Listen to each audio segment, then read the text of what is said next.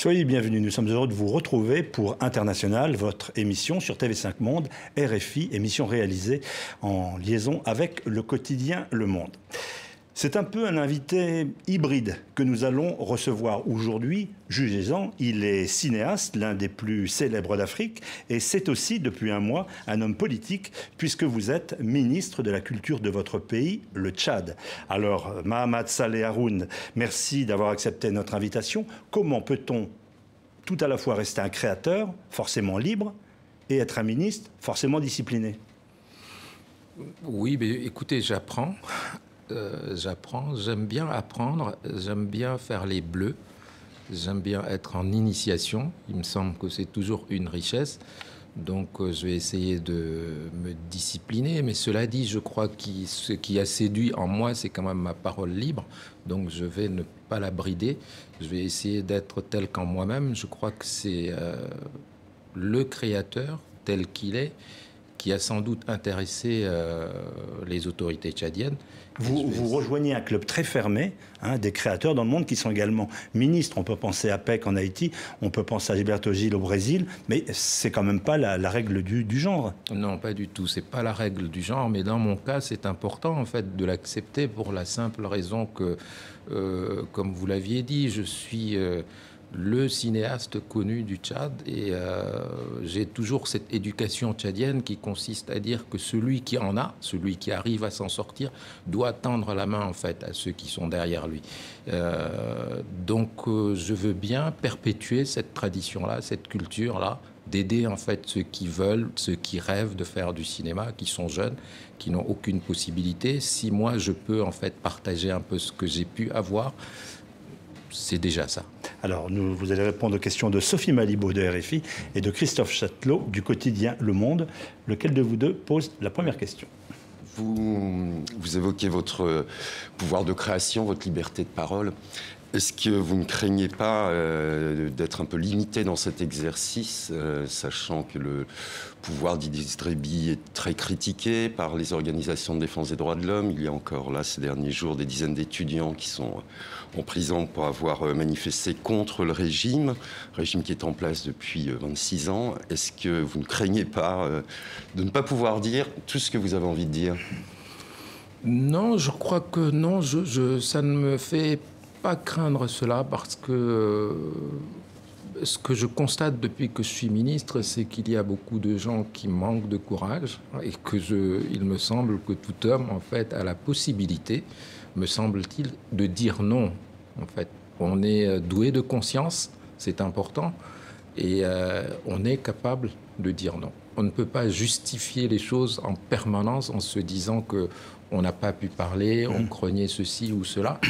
Je pense que je vais garder cette parole libre-là parce que c'est tout ce que j'ai, c'est juste ça que j'ai comme inaliénable. Et si je ne le sauve pas, personne ne le ferait à ma place. Donc je ne crains pas ça. Sophie Malibaud. Mahamat Saleh Haroun, vous parlez là en votre nom personnel en disant que votre propre parole ne serait pas limitée. Est-ce que vous estimez qu'il est de votre devoir, de votre charge, de faire respecter la liberté d'expression dans ce pays, la liberté d'information également, de défendre? Vous avez un rôle de ce point de vue-là? Vous savez, j'ai une formation de journaliste et j'ai travaillé pas mal d'années comme journaliste dans la presse quotidienne régionale, comme on dit, en France donc. Et oui, je me dis que je peux avoir accès, je peux parler. Et c'est important, vous savez, d'être de passer comme ça de la périphérie, quand on est artiste, ou de la marge au centre, puisque tout se passe au centre. Et si ma parole peut être entendue, c'est important. Moi, mon souci a toujours été l'image en fait du Tchad, non seulement à l'intérieur pour les Tchadiens, mais aussi à l'extérieur. Donc, je vais essayer de répandre cette parole-là pour essayer de sensibiliser qu'il est important, si on veut, notamment en tant que ministre du développement touristique, développer aussi le tourisme au Tchad. L'image du Tchad doit aussi correspondre à une image positive pour pouvoir en fait attirer des gens. Parce que si l'image du pays est négative, il est difficile d'attirer des touristes. Alors, je vais vous proposer justement de revenir sur l'une de vos créations récentes. Il s'agit de Hissène Habré, une tragédie tchadienne. Vous explorez ces 8 années terribles de votre pays. Vous avez rencontré de très nombreux témoins, d'ailleurs tortionnaires et victimes. Je vais proposer à nos téléspectateurs et auditeurs un extrait de ce document que vous venez de terminer, que vous projetez de par le monde. Et puis on essaiera de voir si l'exemplarité de ce procès d'un dictateur peut valoir pour d'autres situations. C'est en voyant les charniers découverts en 1990, quelques mois après la fuite d'Hissène Habré, que j'ai commencé à prendre conscience de l'ampleur du désastre. Selon la commission d'enquête nationale, 40 000 personnes ont trouvé la mort dans les prisons d'Hissène Habré.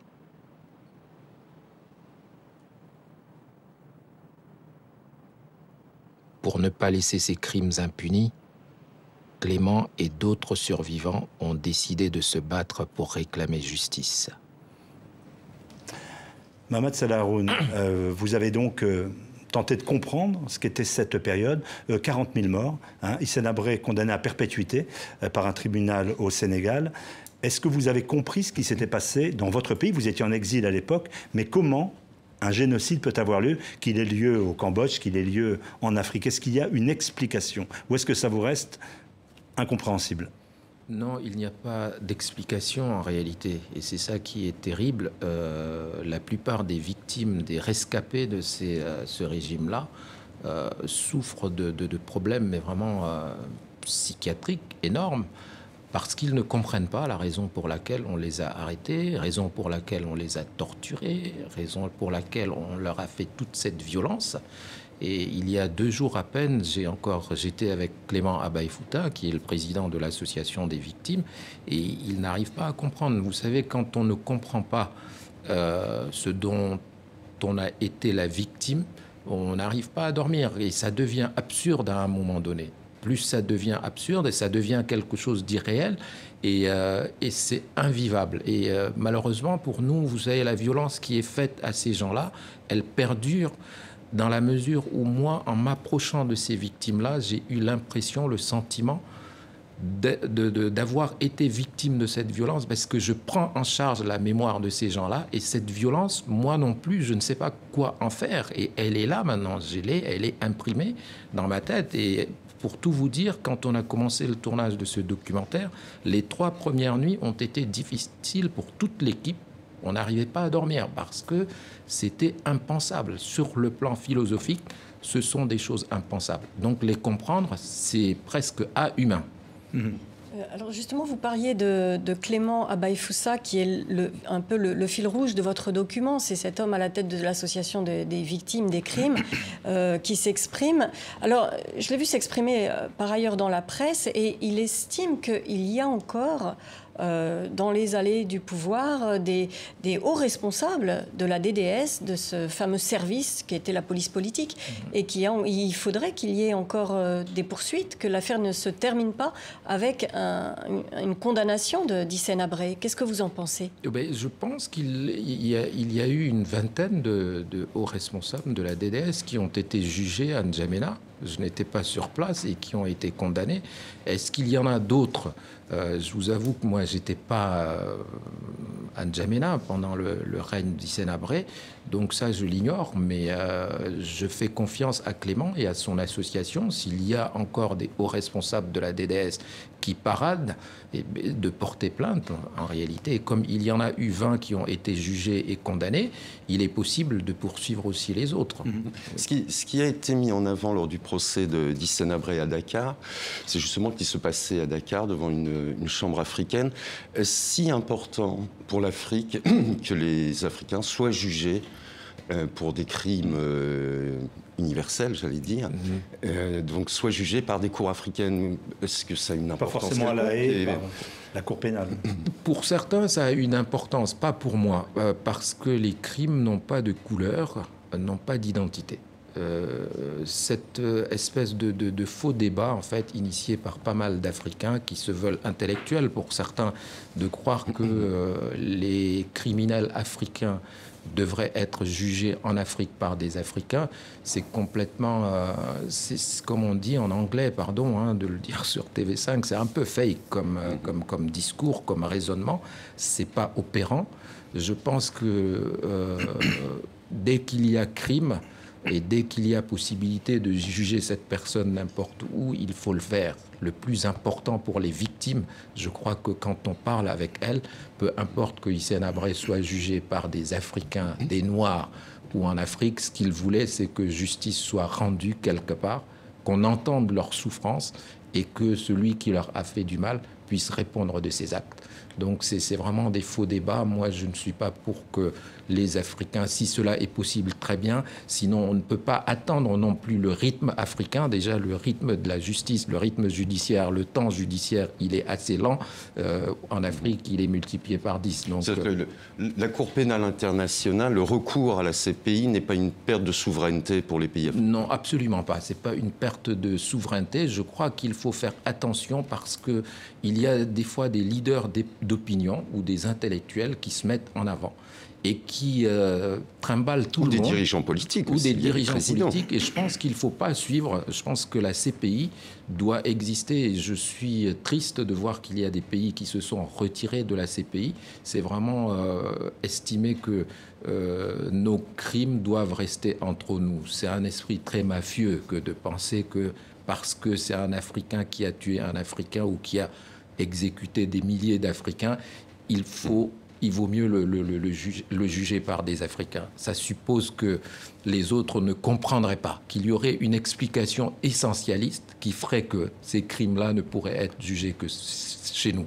C'est vraiment une insulte, je trouve, à l'intelligence et je trouve regrettable que des Africains développent un discours qui, pour moi, est proprement raciste. Il nourrit le racisme de croire que nous sommes une exception de l'humanité et que nos crimes ne peuvent être jugés que par nous-mêmes. Comme si on était dans une espèce de tradition qui ferait que les autres ne comprennent pas tout à fait et qu'il faut qu'on juge les choses entre soi. C'est scandaleux. Hissène Habré condamné à la perpétuité avec de lourdes amendes pour chacune des victimes. Est-ce que ça apaise le trauma du pays et des victimes que vous avez rencontrées? Oui, d'avoir été entendu, ça leur a fait du bien, mais je crois que les victimes s'étaient rendues compte d'une chose, c'est qu'elles ne rêvaient pas d'une condamnation, elles rêvaient d'explications. Elles attendaient que Hissène Habré parle. Ce qu'il regrette. Pas fait. Et qu'il regrette? Non, qu'il parle, tout simplement. À la limite, même, ils attendaient quelque chose, même une insulte. Il n'a pas assisté à son deuxième procès, on le rappelle. Oui, voilà. Mais pendant son procès, au départ, le premier jour, il avait refusé, mais après, on l'a forcé. Mais il n'a pas dit un seul mot. C'est une nouvelle violence, en fait, faite aux victimes. Et je crois qu'il ne s'attendait pas, elle ne s'attendait pas à ce scénario-là. Et donc, ça a été encore un nouveau choc, une nouvelle violence, apaisée un peu, mais le sentiment de ne pas être allé jusqu'au bout, parce qu'on attendait cette explication qui aurait pu venir en fait de Hissène Habré, et elle n'est pas venue. Donc c'est des gens qui l'ont encore amer en fait, parce que soudain il est condamné, ok, mais on n'a toujours pas d'explication. Et d'ailleurs, ce qu'on voit dans le documentaire à certains moments, c'est que certains des bourreaux ont une attitude de rejet finalement de leur culpabilité. Ils se défaussent en disant qu'ils étaient des exécutants, etc. Vous pensez qu'il y a encore tout un travail à faire pour qu'il y ait une réconciliation possible? Oui, il y a tout un travail à faire. Et vous savez, le projet est de faire en sorte que ce film-là, le documentaire, soit projeté en fait dans tous les collèges, qu'on fasse un peu le tour. Maintenant, c'est trop simple si je le faisais maintenant, mais en fait, la proposition a été faite bien avant que je ne devienne ministre, et il n'était même pas envisagé que je devienne ministre. Et maintenant que je suis ministre, si je mettais cela en œuvre, on dirait que, voilà, il est ministre et il essaie de mettre son film. Mais sinon, l'idée a été proposée par le gouvernement de présenter ce film-là, d'avoir des débats pour, en fait, faire prendre conscience que faire le mal, comme on l'a fait, est inenvisageable et que cela ne devrait pas se reproduire au pays. Et nulle part, d'ailleurs. Est-ce que vous pensez que cette diffusion est de l'ordre du réalisable, sachant que pendant cette période, ces années noires, Hissène Habré, l'actuel président avait également des responsabilités à l'intérieur des services de sécurité en tant que chef d'état-major du président pendant un moment. Est-ce que, sincèrement, vous pensez que le chef de l'État veut que toute la lumière soit faite sur cette période ? Oui, je pense, oui, parce que vous savez... l'idée venait du chef de l'État lui-même, hein. Donc, après avoir vu le film et qui estimait que ce serait bien de le montrer partout aux jeunes, notamment dans les collèges. Et donc, je pense que il y a sans doute des choses qui ne sont pas justes et qui ne sont pas vraies, qui circulent sur lui, sachant que le président de la République a lui-même perdu des frères, hein, qui ont été massacrés par Hissène Habré. Donc voilà, non, je ne pense pas que... Et délier la parole, ça aide aussi peut-être. Pour se réconcilier, il faut tout simplement que les gens puissent dire ce qu'ils ont sur les cœurs. Ça apaise. Voilà. Mais est-ce que vous l'avez entendu, le chef de l'État, à aucun moment parler de ces années qu'il a passées à ce moment, lorsqu'il était donc en charge des armées au service d'Hissène Habré? Est-ce qu'il s'est exprimé là-dessus? Est-ce que lui aussi n'a pas un rôle à jouer dans cette expression? Écoutez, je ne sais pas s'il s'est exprimé parce que je n'ai pas suivi tout cela, donc j'ignore s'il s'est exprimé un jour ou l'autre. C'est fort possible, mais pour ça, il faudrait peut-être faire des recherches. Mais je vous avoue, pour votre documentaire, vous n'avez pas essayé de le faire participer? Non, parce que le documentaire a pris vraiment le parti de donner la parole seulement aux victimes, à ceux qui étaient vraiment à l'intérieur même du système et qui ont subi la violence de la DDS. Mais je ne voulais pas une autre parole que celle-là, en fait, juste parce qu'il fallait raconter l'horreur de l'intérieur. Alors Mohamed Salahoun, nous allons parler de bien d'autres choses pendant le reste de l'émission, mais nous revenons sur des faits qui se sont produits il y a plus de 30 ans maintenant. Est-ce que ça reste l'urgence au Tchad, qui fait face au terrorisme, à l'extrême pauvreté, à des épidémies? C'est encore quelque chose qui maintient le pays dans cette mémoire, dans ce passé qui ne passe pas? Vous parlez du régime des crimes du régime d'Hissène Habré. À nouveau, il a été jugé, c'était il y a 30 ans. Est-ce qu'aujourd'hui, il n'y a pas d'autres défis? Je parlais du terrorisme, de la pauvreté, des problèmes de santé des Tchadiens. Absolument, il y a d'autres défis, mais je pense que c'est que pour avancer, il faut toujours éteindre en fait tous les feux possibles. Et ça, c'est parler, c'est évoquer. C'est pour ça que j'ai fait ce film-là. J'en parle aussi de cette période-là. Je parle de cette période dans mon roman aussi. Pour la simple vous êtes romancier, j'ai oublié de le préciser. Oui, qu'on n'a pas pris en charge toutes ces questions-là et que pour avancer, on a besoin en fait d'éteindre les feux, mais comme il faut. C'est-à-dire qu'on ne peut pas passer sous silence des choses parce qu'elles risquent de nous exploser un jour ou l'autre en pleine gueule. Donc, oui. Pardon, vous pensez qu'une nouvelle DDS, c'est impensable? On parle quand même de disparition, reprécision DDS. C'était la police politique, voilà. Donc le service de documentation.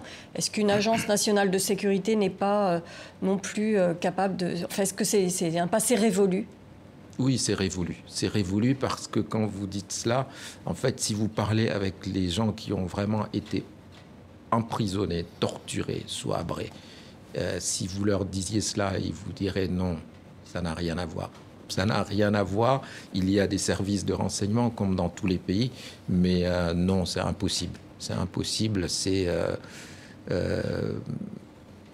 Non, c'est impossible parce que Clément Abaïfouta me parlait d'une dizaine de cadavres enterrés tous les jours pendant 4 ans, pratiquement. Alors, nous avons beaucoup parlé de cette période. Nous allons vous interroger après la pause sur la situation ailleurs en Afrique, de vos projets culturels. Je crois notamment une école de cinéma. Et puis, nous reviendrons sur le contexte de l'actualité internationale. Ça, c'est dans 1 minute 30 exactement. Le temps de faire un point d'actualité sur l'antenne de RFI et de nous retrouver dans 1 minute 30 exactement.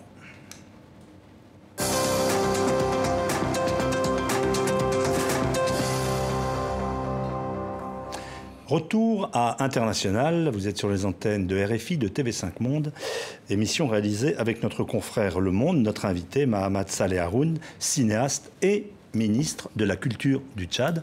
On a évoqué cette double identité dans une première partie de l'émission. Nous avons oublié peut-être de préciser que vous êtes également en charge du tourisme au Tchad. Est-ce qu'on peut faire du tourisme, sachant que par exemple, les ministères des Affaires étrangères placent le Tchad comme zone rouge à cause de l'insécurité et à cause du terrorisme? C'est vrai, mais tout ça, on se dit que c'est pas définitif. Donc, on travaille pour le jour où le Tchad sera classé zone verte. Et ce jour-là, on accueillera à bras ouverts tous les touristes qui voudraient visiter ce pays, mais vraiment exceptionnel. On a des paysages uniques. Et quand on voit le site de l'Enedi qui est classé au patrimoine mondial de l'UNESCO, c'est là où se trouvent les derniers crocodiles du Nil. Ce paysage-là, on dirait le commencement du monde. Et c'est extraordinaire. Si on pouvait arriver à ce qu'un jour on soit retiré de cette liste et qu'on puisse recevoir du monde, ce serait le plus beau cadeau. Mais on travaille sur ça. Le Tchad est parcouru par les mêmes mouvements radicaux que l'on rencontre dans la région Sahel-Sahara, phénomène du terrorisme, phénomène de Boko Haram. Comment, en tant que ministre de la Culture, vous pensez pouvoir participer à la lutte contre ce phénomène? Est-ce que la culture est un bouclier contre toute forme de radicalisme? Oui, on l'espère toujours, en fait. On se dit que la culture pourrait être un bouclier contre tout, mais il y a toujours dans l'histoire des peuples, en fait, un moment de basculement où même la culture, même là où on a érigé des choses fortes sur le plan culturel, rien ne résiste. Je pense que ce n'est pas seulement la culture, c'est peut-être apporter des solutions sociales, comment prendre en charge la question sociale des jeunes, des plus pauvres, pour répondre à des questions mais très très concrètes. Et donc ça dépasse la culture, c'est une vision politique qu'il faut assumer, qu'il faut inventer pour essayer de faire reculer en fait cette menace-là. Parce que tout ça, si vous voulez, grandit sur le terreau de la pauvreté. Et pas seulement. Pas seulement, on voit aussi qu'il y a dans les rangs des organisations les plus radicales, des jeunes qui ont fait des études. C'est plus peut-être un manque de perspective sociale qui a un problème de pauvreté. Oui, mais le manque de perspective sociale, pour moi, ça revient à un problème de pauvreté, tout simplement. C'est-à-dire que s'il n'y avait pas ce problème de pauvreté, on pourrait alors envisager une perspective et ça résoudrait tous les problèmes. Mais, enfin, tous les problèmes, non, mais culturellement, ce qu'on peut faire, c'est travailler sur comment le vivre ensemble, sur qui nous sommes, sur une identité, sur la tolérance, sur des choses comme ça. Mais tout cela est vain par rapport en fait à la réalité, la dure réalité de certaines personnes qui attendent quand même des réponses concrètes à leurs problèmes sociaux.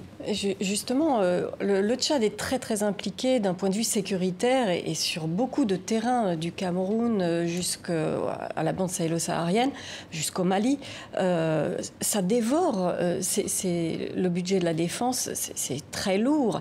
Est-ce qu'il vous reste quelque chose à vous en tant que ministre de la Culture? Est-ce qu'il reste quelque chose au ministère de l'Éducation, au ministère de la Santé, justement pour que les populations puissent vivre dans des conditions décentes? Oui, c'est une très bonne question. En fait, il faudra poser la question à mes camarades de la santé et puis de l'éducation. Mais moi, je sais que la culture a toujours été le parent pauvre donc de tous les gouvernements du Tchad. Et je vais essayer de faire augmenter déjà le budget de la culture et du tourisme. Excusez-moi, vos deux projets à court terme, c'est une école de cinéma et une bibliothèque, pardon de le préciser, avec des livres, car il n'y en a pas. Oui, voilà. Oui. Le projet immédiat, c'est ça. On a une bibliothèque dont l'édifice a été construit il y a 5-6 ans, bel immeuble et où il n'y a pas de livres, il y a des rayons. Et il n'y a pas un seul livre. Donc mon premier souci, c'est de garnir les rayons de cette bibliothèque. Voyez-vous, un ministre, ça peut servir aussi à ça. Donc rapporter tout simplement des livres et permettre à des jeunes, comme cela a été pour moi, c'est-à-dire d'aller dans une bibliothèque, emprunter des livres et découvrir des auteurs du monde entier. Donc c'est ça un de mes premiers... Je ne sais pas si vous avez suivi cette polémique qu'il y a, puisqu'elle n'est pas éteinte, entre la France et le Bénin au sujet d'œuvres d'art béninoises confisquées et qui sont au Quai Branly et que la France visiblement ne semble pas très encline à vouloir rendre. Qu'est-ce que ça vous inspire comme réflexion? Est-ce que vous vous dites mais on n'en finira jamais du colonialisme? Il faut rétrocéder. Est-ce qu'il faut rétrocéder ces œuvres Oui. Est-ce que le Tchad est dans la même solution? Est-ce qu'il y a au Quai Branly, par exemple, des œuvres qui viendraient garnir quelques musées Non, pas du tout. Non, le Tchad n'a pas d'œuvres, à ma connaissance, au Quai Branly, pour la simple raison que vous savez... C'est le musée des Arts Premiers, on le précise, le musée du Quai Branly. Voilà, et au Tchad, c'est qu'on a eu la rencontre avec l'ex-colonisateur a été très tardive par rapport à d'autres pays, tout ça. Et non, on ne nous a pas pillé tant que ça. Mais alors le Bénin a raison de demander ses biens? Bénin a raison de réclamer ce qui lui a été indûment. La France refuse. La France refuse. Donc c'est un problème entre le Bénin et la France. Mais il y a des choses qui sont soulevées, qui sont aussi... qui sont importantes, me semble-t-il, parce qu'on invoque l'idée que la conservation de certaines de ces œuvres demande aussi beaucoup d'argent et qu'il faut donc les maintenir dans des endroits à une certaine température et tout. Et ça pose la question très concrète qui est quand même posée à la plupart des États en Afrique, c'est par moment, est-ce qu'on a les moyens, mais tout simplement les moyens financiers de prendre en charge, ne serait-ce que par exemple les fonctionnaires. Combien de pays africains sont incapables de prendre en charge tout simplement pendant un an, par exemple, les fonctionnaires qu'ils emploient. Donc cette question d'être responsable face à ce qu'on possède se pose aussi pour le Bénin. Est-ce que le Bénin a préparé? Moi, je me dis que s'il y avait un conseil à donner aux Béninois, c'est de construire un lieu, de dire voilà, nous avons tout préparé, nous pouvons conserver ces... Les œuvres seront préservées, oui. Elles seront préservées dans un siècle, elles seront toujours les mêmes, et nous réclamons parce que nous avons préparé un lieu pour les conserver. C'est comme la justice internationale, c'est une question de subsidiarité. Absolument. Est-ce que la justice locale peut? Est-ce que les services peuvent? Absolument. Oui. Pour revenir au contexte tchadien, vous rentrez dans un gouvernement qui est dans une tendance d'austérité. À la suite de la chute des revenus du pétrole, il n'y a plus d'argent dans les caisses et il y a de la grogne sociale très forte. Comment est-ce que vous pensez que la situation va se développer dans les prochains mois? Qu'est-ce qu'il faut faire face à cette grogne? Est-ce qu'il faut desserrer l'étau? Est-ce qu'il faut... En fait... ce qu'on fait, c'est l'État, par rapport aux moyens dont il dispose, dit tout simplement, on réduit par exemple les primes de 50%, certains salaires de 50%. On a revu à la baisse même les salaires des ministres, donc personne n'est vraiment à l'abri de cette exigence-là. Et parce qu'il est arrivé un moment où, avec les revenus du pétrole, on a distribué pas mal, on a augmenté pas mal les salaires. Je crois que pendant la période faste, on a quand même lâché près de 140% d'augmentation de salaire aux gens de la fonction publique. Et aujourd'hui, il n'y a pas d'argent et on essaie de créer juste une sorte de cohésion, un rassemblement qui consisterait à dire voilà ce qu'on a, on est face à tel problème, est-ce que tout le monde est prêt à se serrer la ceinture ou pas? Mais c'est vraiment un nœud gordien, je ne sais pas comment on va s'en sortir, mais je fais confiance moi, je ne suis qu'un ministre du tourisme et de la culture, mais je fais confiance, je fais confiance au Premier ministre, au gouvernement, pour plancher, pour essayer d'apporter des solutions, sachant qu'on travaille depuis quelques mois sur les réformes institutionnelles. Il y a eu un haut comité qui a été mis sur pied pour travailler sur une nouvelle constitution, sur des réformes et tout ça. Et tout ça, en fait, va peut-être aboutir sur des solutions. Mohamed Saleh Haroun, vous êtes né en 1960, date de l'indépendance du Tchad. Lorsque vous entendez un discours fréquent « l'Afrique ne va pas bien », à cause de la colonisation, du pillage qu'il y a eu. Et je voudrais vous demander ce que vous avez pensé de la phrase de l'un des candidats, Emmanuel Macron, qui a parlé pour cette colonisation de crimes contre l'humanité. Je ne sais pas s'il faut commenter les petites phrases des candidats aux élections présidentielles. Oui, mais elle fait parler de Macron et il est au centre du jeu. Non, c'est pas de lui dont on veut parler sur ce plateau. Vous vous en doutez bien, c'est de savoir si cette colonisation a été cet autre traumatisme pour une partie de l'Afrique. Enfin, oui, c'est un traumatisme, à l'évidence, c'est un traumatisme. 60 ans après. Oui, 60 ans après, non. Je me soustrais à cela. Je refuse, en fait, d'invoquer en permanence le colonialisme ou la colonisation pour, en fait, justifier l'état présent de pas mal de pays africains.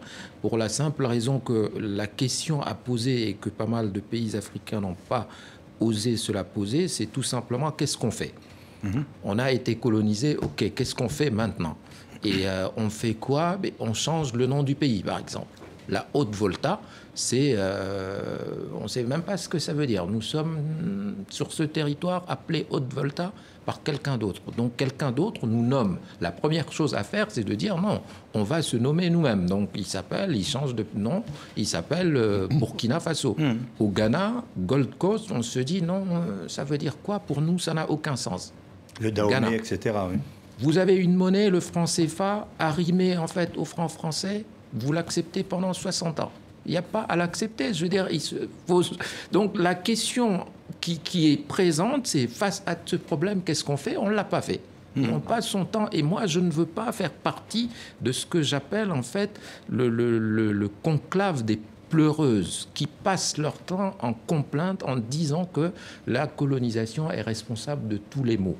Il me semble que, vous savez, il y a eu le Rwanda, quand un voisin coupait son voisin, qu'on m'explique en quoi la colonisation est passée par là pour que... On a dit que c'était notamment le choix d'un colonisateur d'une ethnie plutôt qu'une autre et qu'il y aurait ensuite eu ses vengeances. Oui, mais un homme a une conscience. Ouais. Que je prenne une machette et que je vous découpe, si vous créez je veux bien qu'on m'explique le lien qu'il y a.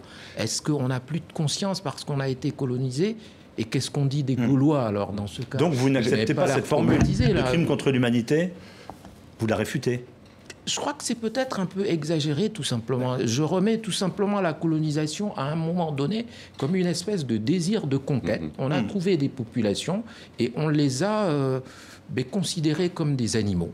Mais après les indépendances africaines, la France, en l'occurrence, a continué à jouer un rôle majeur dans ses anciennes colonies.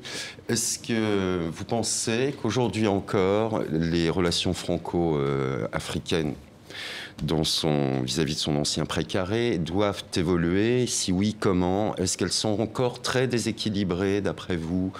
Ou est-ce qu'il n'y a pas besoin davantage d'émancipation, puisque cette émancipation serait déjà déroulée? Si, il y a besoin d'émancipation, tout simplement, mais cette émancipation, elle ne peut venir, en fait, encore une fois, que de l'Afrique elle-même. C'est-à-dire que moi, je suis partisan de ceux qui pensent qu'à un moment donné, l'Afrique a une parole et qu'elle peut la libérer. Et si elle entretient cette relation-là, c'est qu'elle le veut bien. Et elle y trouve des intérêts, ou les dirigeants, en tout cas africains, trouvent un intérêt à avoir cette relation-là. Vous voyez le cas du Rwanda, c'est un des pays où il se passe vraiment des choses. Là aussi, un changement, presque une rupture, qui passe par une sorte de révolution. Que fait le Rwanda après le génocide? On se dit, on va tout simplement changer de paradigme, on passe juste du français à l'anglais. Il suffit de changer de langue pour en fait envisager le monde autrement. Et ce pays, Kigali, aujourd'hui, reste l'une des plus belles villes, la plus propre en Afrique noire. Et c'est lié à des petites choses. Qu'est-ce qu'on fait après? Qu'est-ce qu'on fait aujourd'hui? C'est tout, en fait, au lieu Le traumatisme d'un génocide n'est souhaitable pour personne et structure sans doute énormément de toute façon le pouvoir rwandais actuel. Donc oui, bien sûr. Sophie Malibaud. Mais vous trouvez que les interventions françaises militaires en Afrique, dans cette zone, vous qui dites maintenant il faut qu'on se débrouille par nous-mêmes, vous trouvez que c'est exagéré, que la France en fait trop, qu'elle est trop présente militairement en Afrique? Non, elle n'en fait pas trop. Ce qui est triste et qu'il faut rappeler ici à nos amis maliens, c'est que le Mali n'aurait rien pu faire. Les Maliens n'auraient rien pu faire. Voilà un État qui n'avait pas les moyens, dont les soldats n'avaient même pas des balles, des cartouches. Sans la France, ce pays-là ne serait pas ce qu'il est aujourd'hui.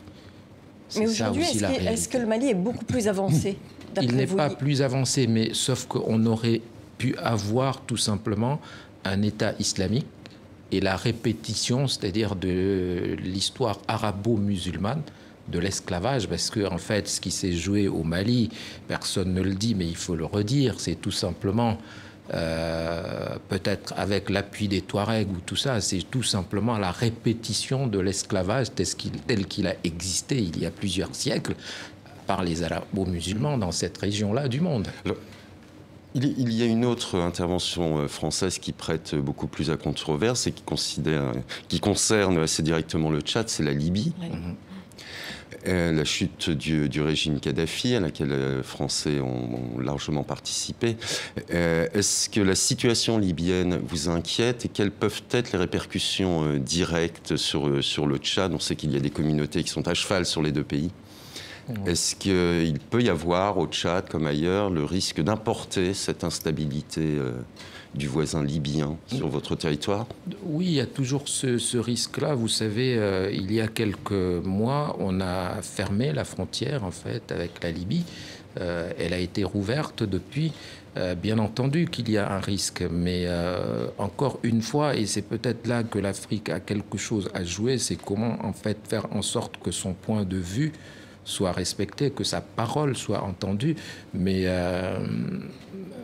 vous voulez dire par là que les Français auraient dû écouter le président Déby quand il estimait qu'il ne fallait pas toucher à Kadhafi? Oui, on a touché à Kadhafi, on n'a pas réglé le problème, et maintenant, en fait, on se retrouve avec plusieurs pays qui sont, mais vraiment, qui doivent consacrer une très grande partie de leur budget pour tout simplement se défendre, et tout ça parce qu'on a eu un président français, un philosophe chroniqueur dans les médias, qui ont décidé qu'il fallait zigouiller Kadhafi. On l'a zigouillé et on n'a pas fait le travail après. Et on se rend compte que c'est un pays de tribus, la Libye, et voilà, maintenant, on est face à une menace. L'une des conséquences de ces drames qui sont produits dans ces pays, ce sont des phénomènes de migration massive. C'est aussi le thème de votre prochain film, Une saison en France. Comment est-ce que vous percevez la façon dont des pays d'Europe acceptent ou refusent totalement l'arrivée de ces migrants?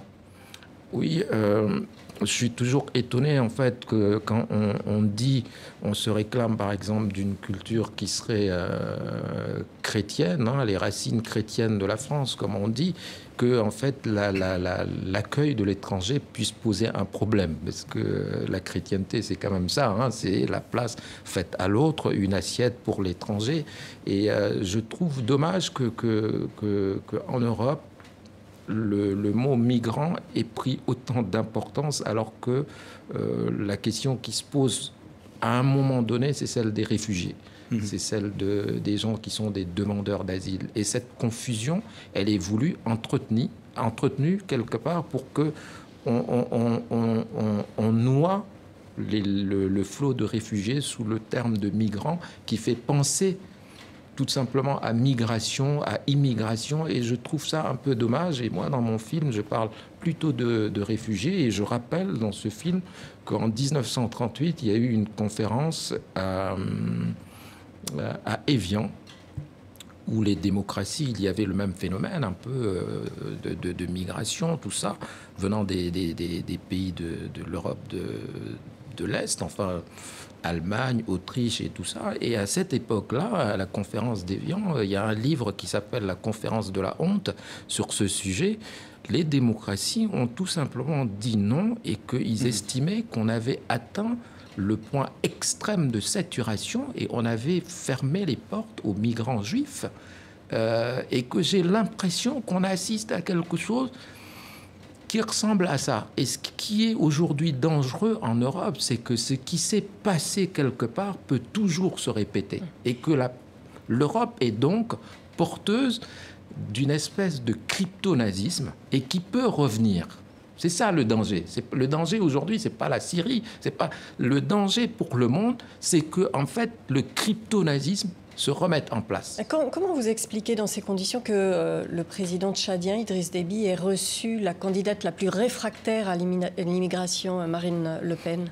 Parce que tout simplement, Marine Le Pen, malheureusement, elle est celle qui pourrait être en fait aujourd'hui, quand on lit les médias, quand on écoute votre radio, les médias français, c'est la seule personne qui est assurée d'être au second tour. Dans tous les sondages. Nous verrons. Oui. Dans tous les sondages, je veux dire, c'est la seule chose sur laquelle on peut se référer. Elle est, dans tous les sondages, c'est la seule qui est assurée d'être au second tour. Par conséquent... Il ne faut pas insulter l'avenir, c'est ça? Il ne faut pas insulter l'avenir? Non, c'est pas ça. Et ça suffit juste... pour la recevoir? Il y a 3 présidents au monde qui ont reçu. Il y a Poutine, Michel Aoun et donc le président tchadien Déby. Mais ce que je dis, c'est que... Ça ne vous a pas embarrassé? Non, ça m'a étonné peut-être, mais pas embarrassé. Et je veux dire que c'est une invention française, Marine Le Pen. C'est 25% de l'électorat français qui met en avant cette femme-là. Donc c'est une invention proprement française et c'est un problème franco-français. S'il y a à lutter contre l'extrême droite, c'est pas en fait aux étrangers de lutter contre l'extrême droite, mais il est évident que tous les jours, depuis que je suis ici, on parle de l'éventualité ou de la probabilité que cette femme-là se retrouve au pouvoir. Il y a même une théorie basée sur des calculs mathématiques où on se dit que si l'abstention est trop forte, elle pourrait profiter à Marine Le Pen si elle est face à Macron, qui est l'autre chose. Ou à quelqu'un d'autre. Oui, c'est très ouvert. Ces électeurs sont ceux qui sont le plus déterminés à voter pour un candidat, celui-ci en l'occurrence. Absolument. Et donc, il faut prolonger quand même cette réflexion ou ce raisonnement, c'est que si Marine Le Pen devenait présidente de la République, si l'extrême droite se retrouvait au pouvoir, et même aujourd'hui, le Parisien, par exemple, parle de la possibilité qu'il n'y ait pas un Premier ministre, parce qu'entre le moment où est-ce que Cazeneuve accepterait d'être le Premier ministre pendant quelques jours ou pas, si ces éventualités-là sont discutées dans les médias, la responsabilité de lutter contre l'extrême droite n'en revient pas aux étrangers. Enfin, elle revient peut-être aux Français eux-mêmes, mais pas aux présidents étrangers qui acceptent de Cette élection est très suivie au Tchad? Non, pas beaucoup. Non, les gens ont vraiment d'autres chats à fouetter que de s'occuper, je pense, de... Pour le cinéaste que vous êtes et maintenant l'homme politique, il y a de quoi faire sur une telle situation, sur cette campagne, par exemple. Oui, absolument. Mais vous savez, le cinéaste que je suis se dit depuis très longtemps que le cinéma, qui est pour moi, en fait, l'art de l'engagement, le cinéma français a déserté le champ politique. Et si la représentation, si le cinéma devient le lieu juste du rire gras, du rien du tout, du vide, et bien pour moi, c'est cette désertion qui a ouvert la porte et qui nous indiquait des choses déjà sur le vide politique que je constate. Parce que là, il y a un vide politique qui est que j'ai jamais pensé voir en fait en France, parce que j'ai une très haute opinion de ce pays. Un mot, on verra d'autres films d'Haroun? Oui, mais il y a une saison en France oui, déjà. Mais ça, c'était. Vous l'aviez commencé avant d'être ministre, mais il y en aura d'autres. Mais écoutez, j'ai eu la chance d'avoir écrit un scénario bien avant d'avoir été nommé ministre et qui doit être entré en financement bientôt. Donc, d'ailleurs, mon Premier ministre m'a dit que ce serait bien de jamais lâcher mon travail de cinéaste et de continuer à faire des films, même pendant que je suis ministre, parce qu'il m'a dit qu'en fait, en politique, rien n'est sûr et rien n'est définitif. On peut vous le dire, ayant un peu d'expérience de la vie politique française et internationale. Merci d'avoir été l'invité d'International, RFI, TV5 Monde et Le Monde. Et puis vous allez être un homme très occupé, donc merci d'avoir pris un peu de temps pour être sur ce plateau. Merci. Excellente suite de programmes sur les différentes antennes. Vous nous faites le plaisir de nous suivre.